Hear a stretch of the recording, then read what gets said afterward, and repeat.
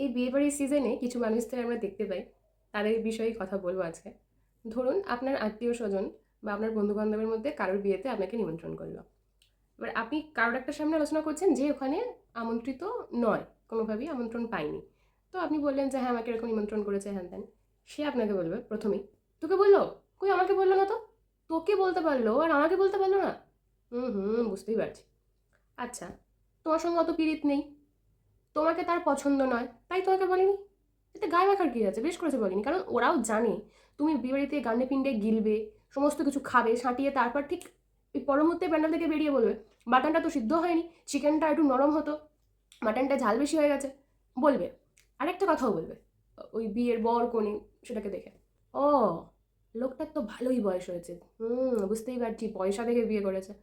আর যদি কোনো ক্রমে যদি কনে যে আছে তার গায়ের রংটা একটু চাপা হয়।